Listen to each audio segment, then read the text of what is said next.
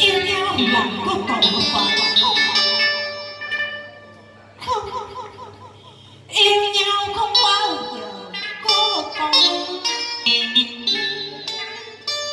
nhưng anh chỉ muốn nói với em một điều mà bấy lâu anh luôn mắc mải trong tim.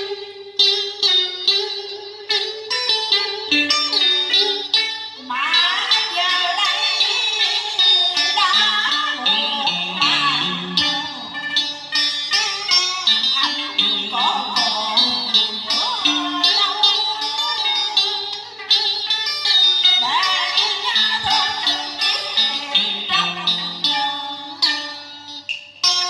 mình đã một thời rất yên trong tôi còn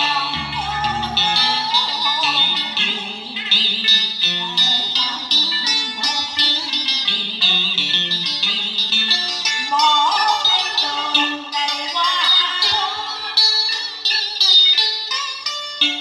lời anh nói lại đâu hiểu được anh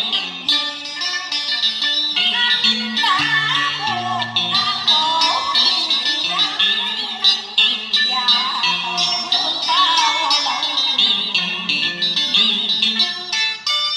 mãi cho đến ngày hôm nay.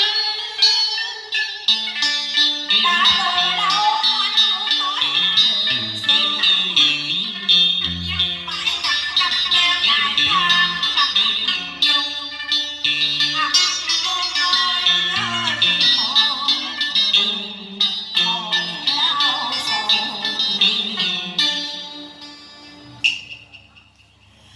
còn danh em ngài chinh phạt lên ngô trên em.